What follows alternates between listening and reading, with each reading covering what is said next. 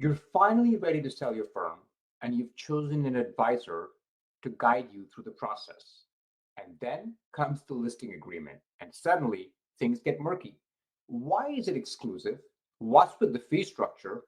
A full year of commitment? And what exactly is a tail period? If you've seen one of these contracts, you probably have the same questions. In this episode, we break it all down. No legalese, no fluff, just a clear guide to what you're signing and why it matters. Let's demystify the listing agreement.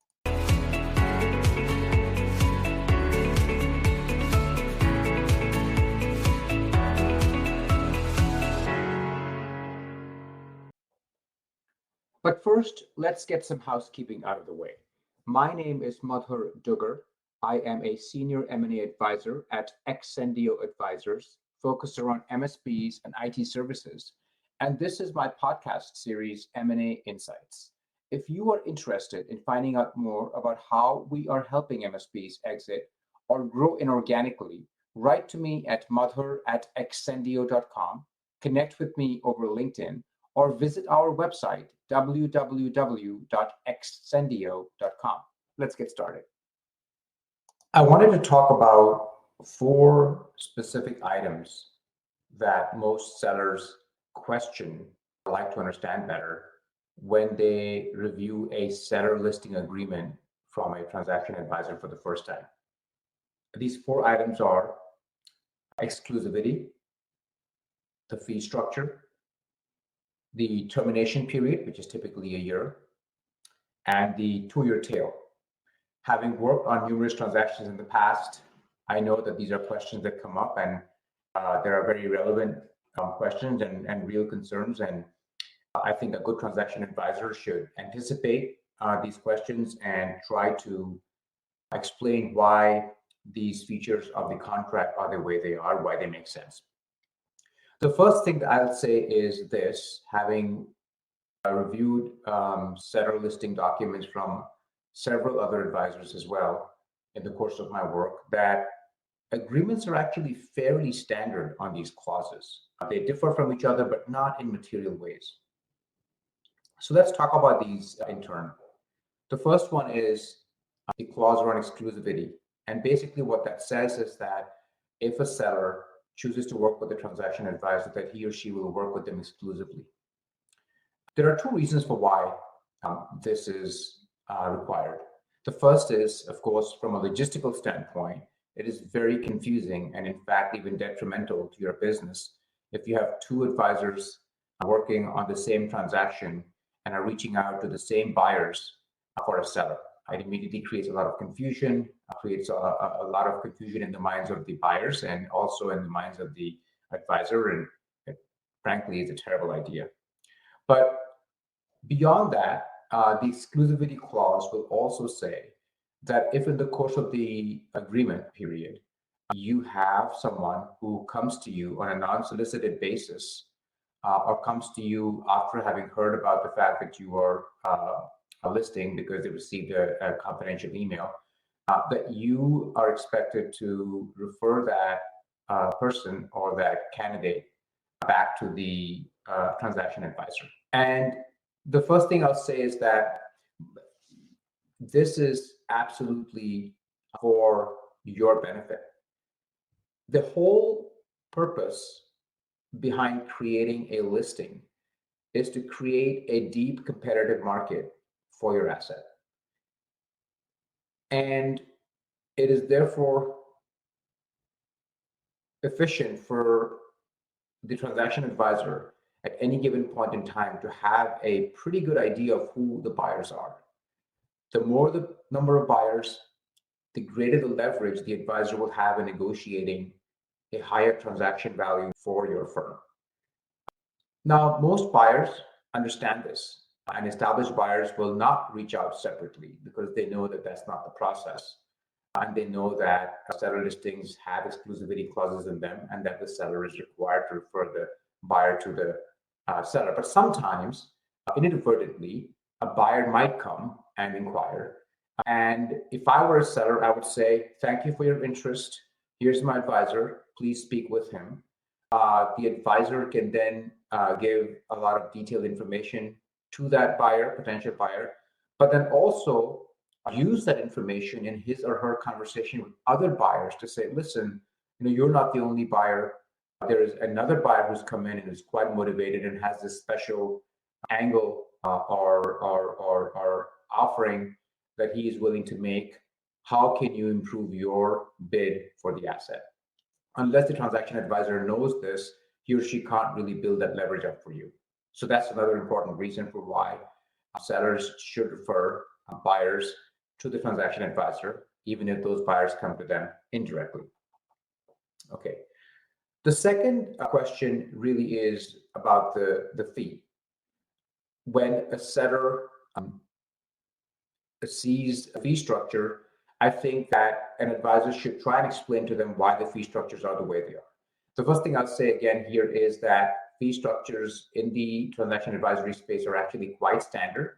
Most fee structures are a decreasing ladder. In other words, the fee, the commission that is earned steps down as the value of the transaction increases.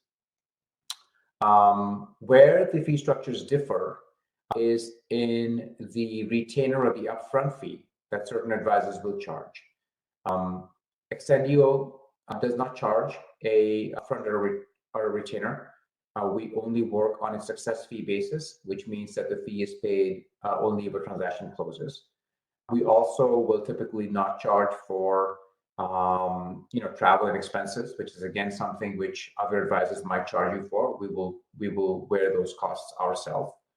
If there happen to be other deal expenses, such as maybe we choose to do a valuation, we choose to hire a valuation service, we can consider arrangements where we would split the fee, and in the event that the transaction is successful, we would absorb that fee.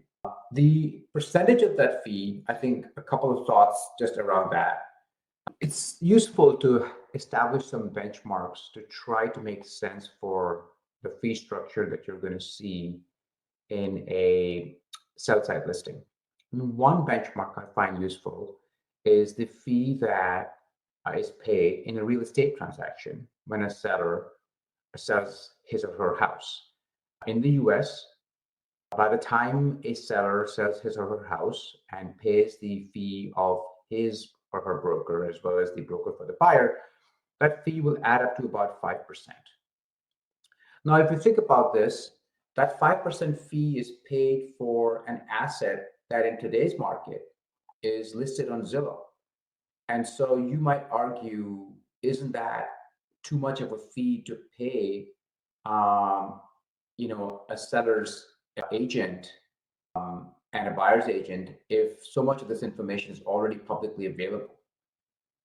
And yet I know from my personal experience when I sold a couple of my investment properties that I was very thankful, in fact, to have a seller's agent, because that agent really helped me with selling a property that was not necessarily easy to sell. They took 3 or 4 months to sell the property, and during that time, they had to make numerous connections with their internal networks of brokers and explain to them the situation with the property. And because they had trust with these brokers, those brokers were then able to turn around and make those arguments to their buyers, who then believed the brokers. So, what the brokers in that case were earning a fee for was not necessarily the fact that they were bringing to someone's attention a house that they would not have picked up themselves, but instead for their knowledge of the real estate in the area, their networks, and the trust and reputation that they had built with other brokers in that area. And I really appreciated that they had done that. And now when I think about that, I say, listen, if I was happy to pay that fee in a real estate transaction, which was listed on Zillow, then I think I should be okay to pay a fee like that for a much more complicated transaction, which is the sale of a company. Anything that you can imagine in the case of a sale of a house is probably more complex in the case of the sale of a company. So that's one benchmark that when I thought of gave me some comfort that the fee structure here is not egregious. it makes sense. The second benchmark I think to keep in mind is the length of the transaction and the people that you're hiring for you to do your work.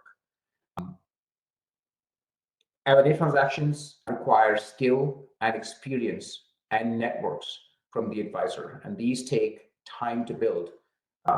Most advisors are well into their 50s and have worked for over 25 years before they have started to do M&A work, and it has taken them several years to build up their practice and build up those networks to the point where they're calling up a buyer, the buyer is picking up the phone and sharing with them information or listening to their point of view on what they think the seller brings to the table, etc. All that takes time, it takes credibility. And effectively, you are paying a fee for that experience. Now, if you think about how long this process takes, IT service transactions will typically take 4 to 6 months. Sometimes they can take longer. That happens if there are some material changes to the business that have occurred, or if markets have become very volatile and valuations have shifted. But during the entire time, the advisor is working for you.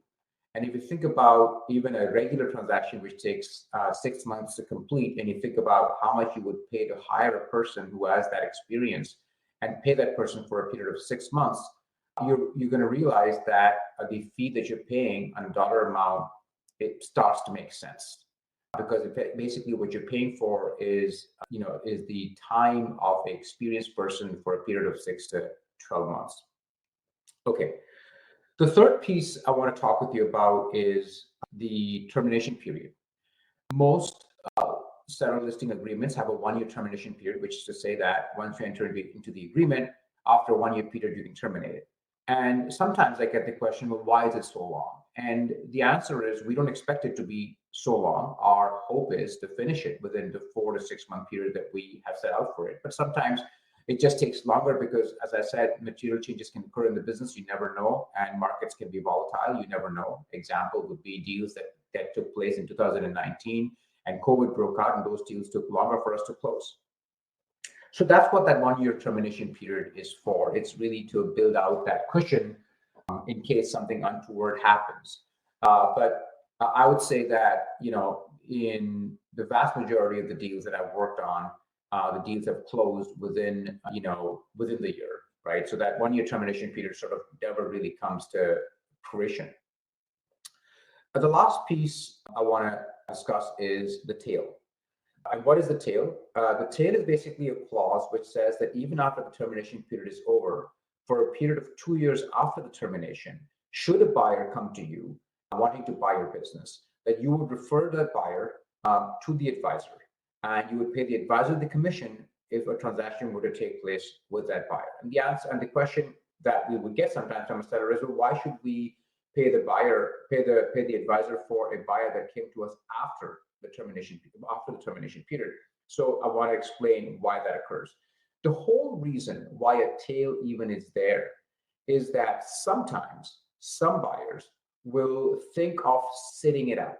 They will think of waiting out the 1-year period and only coming to the seller after the 1-year period is over, so that the deal is outside the termination period.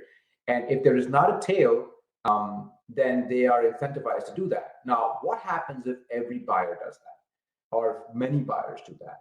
Then what that means is that during that 1-year period when the agreement was actually active, very few buyers have in fact come to express an interest in the asset. And so when that buyer comes to you after the 1-year period, the first question he or she is going to ask you is, well, how come you haven't sold your business in the last year? And it doesn't matter at that point what you say. What they're really telling you is that you have limited leverage because you've been trying to sell your business for a full year and you haven't yet sold it, right? And that reduces your leverage, which then reduces your ability to command a higher valuation from this buyer, right? But if the buyer knows that they are within it, that the deal has a 2-year tail, then they know that there is no point in waiting out the full year, in which case they will come earlier in the process along with all the other buyers and help you make the deeper market that you need to build the leverage that you need to get the highest valuation that you want for your asset. So it's a clause which is built to try to create as much concentrated interest from buyers during that 1-year period. Now, I'll also say that it is very unusual for established buyers, reputable buyers to do this. The only time when I have seen this happen is when I have worked on transactions outside the IT space in things like transportation, where markets are actually quite illiquid, transparency is actually quite low, the buyer base is very fragmented. And then from time to time, you're going to also see this in distressed industries like oil and gas, where this might happen. But generally in the IT space, this doesn't happen. But I just thought it's important for you to understand why that 2-year tail period exists. This is fairly standard. It exists in pretty much any listing agreement that you will see. And it exists really for your benefit. It exists to incentivize these buyers to not wait a full year to come to you, rather to come to you early so that they can be a part of that bigger buyer pool, which then creates your leverage to get the high valuation. I hope these explanations are helpful in understanding why the agreements are structured the way they are. And by all means, ask away any questions you might have as you go through the seller listing agreement, should you choose to take it from us to read it. Happy to talk about these things in more detail with you as well. Again, like I said, these agreements are fairly standard. There might be variations across agreements, but they tend not to be material. Well, that's what I wanted to share with you. I hope you find that useful. Thank you.